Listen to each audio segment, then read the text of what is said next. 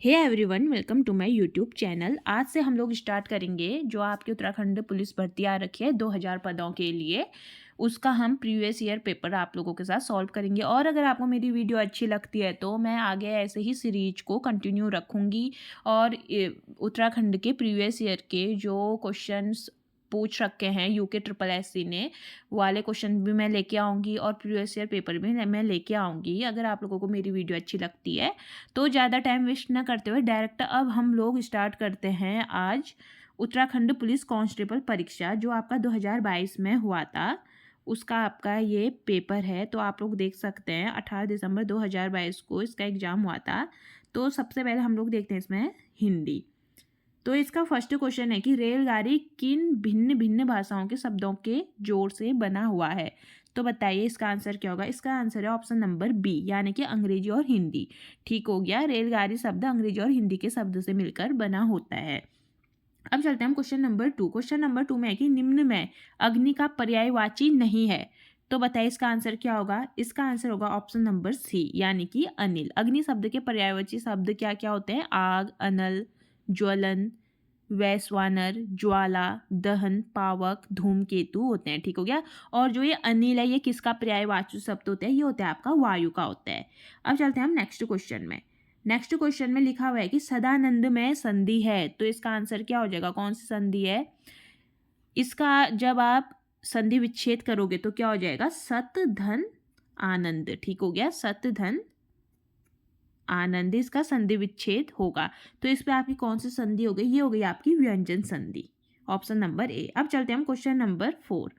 Question number 4 में है कि आपकी यात्रा मंगलमय हो किस प्रकार का वाक्य है। तो बताइए इसका आंसर क्या होगा। इसका आंसर होगा आप ऑप्शन नंबर डी, इच्छावाचक। ठीक है, आपकी यात्रा मंगलमय हो वाक्य अर्थ के आधार पर ये वाक्य क्या है, इच्छावाचक वाक्य। अब चलते हैं हम क्वेश्चन नंबर 5।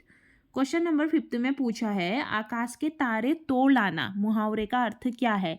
तो इसका आंसर होगा आपका ऑप्शन नंबर ए, बहुत बड़ा या असंभव कार्य करना। ठीक है। Question number 6। क्वेश्चन नंबर 6 में टिप्पण की भाषा होनी चाहिए।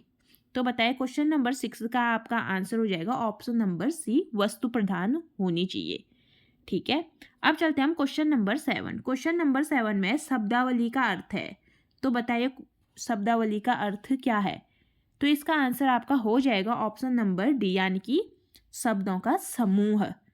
ठीक है, शब्दावली किसी विषय से संबंधित शब्दों का संग्रह होती है या समूह होती है। तो 7th का आंसर आपका क्या हो जाएगा ऑप्शन नंबर डी। अब चलते हैं हम क्वेश्चन नंबर 8। क्वेश्चन नंबर 8 में पूछा हुआ है कि कंप्यूटर के संदर्भ में चाणक्य नाम है। तो बताइए इसका आंसर क्या होगा। इसका आंसर होगा ऑप्शन नंबर सी, कंप्यूटर एक फॉन्ट है। ठीक है, यानी कि चाणक्य एक नॉन यूनिकोड हिंदी फॉन्ट होता है और इसका उपयोग डीटीपी के कार्यों में समाचार पत्र और पुस्तकों की छपाई आदि में किया जाता है। ठीक है, और ये क्या होता है, एक फॉन्ट होता है। अब चलते हैं हम क्वेश्चन नंबर 9।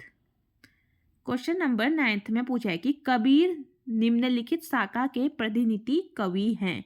तो इसका आंसर क्या हो जाएगा आपका। इसका आंसर हो जाएगा ऑप्शन नंबर बी, यानी कि ज्ञानाश्रयी। ठीक है, ये ज्ञानाश्रयी शाखा के प्रतिनिधि कवि हैं। अब चलते हैं हम क्वेश्चन नंबर 10। क्वेश्चन नंबर 10 में पूछा है कि श्री कृष्ण गीतावली के रचयिता कौन है। तो आपका इसका आंसर हो जाएगा ऑप्शन नंबर सी, तुलसीदास।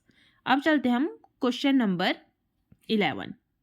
ठीक है, क्वेश्चन नंबर 10 का आंसर आपका सी है, तुलसीदास। ये श्री कृष्ण गीतावली के रचनाकार है। ठीक है, और जो गोस्वामी तुलसीदास और ये मतलब कौन है, ये हिंदी साहित्य के महान कवि भी थे। ठीक है, जो ये तुलसीदास हैं और ये किसके रचनाकार है, श्री कृष्ण गीतावली के।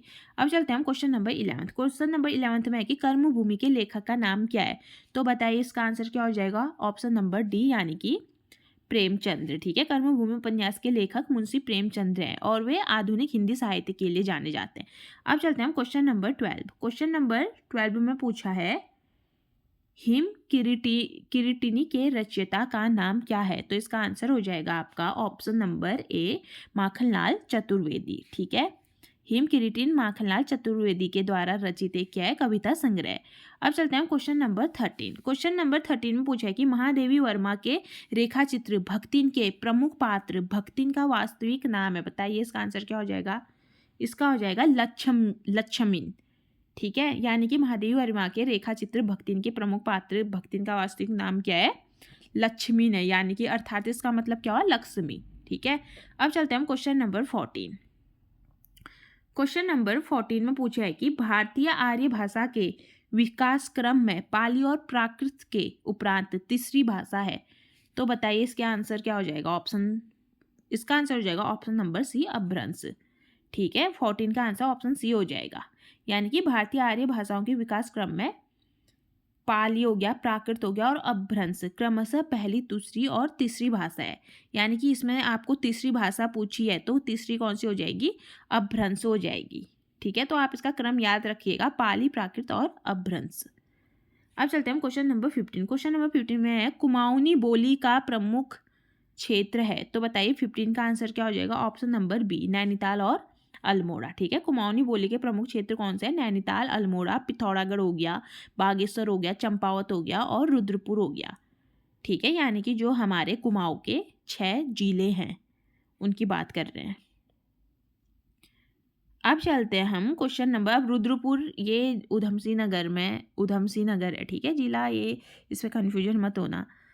अब चलते हैं हम क्वेश्चन नंबर 16। क्वेश्चन नंबर 16 है देवनागरी लिपि का जन्म हुआ है।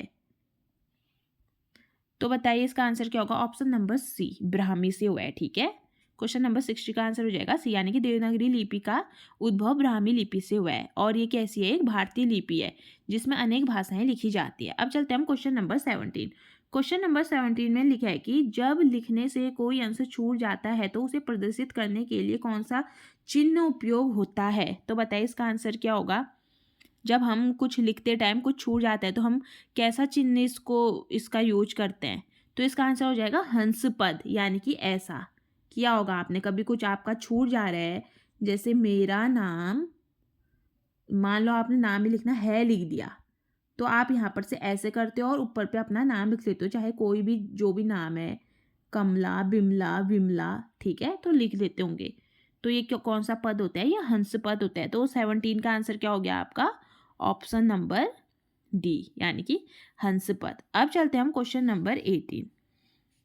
क्वेश्चन नंबर 18 में पूछा है भाषा की सबसे छोटी ध्वनि इकाई जिसके खंड न किए जा सके क्या कहलाती है? तो बताइए इसका आंसर क्या हो जाएगा? ऑप्शन नंबर सी, वर्ण, यानी कि भाषा की सबसे छोटी ध्वनि इकाई जिसके टुकड़े नहीं किए जा सकते हैं उसको हम क्या बोलते हैं? वर्ण बोलते हैं। जैसे क्या हो गया? अ, ई, व, च, क, ख।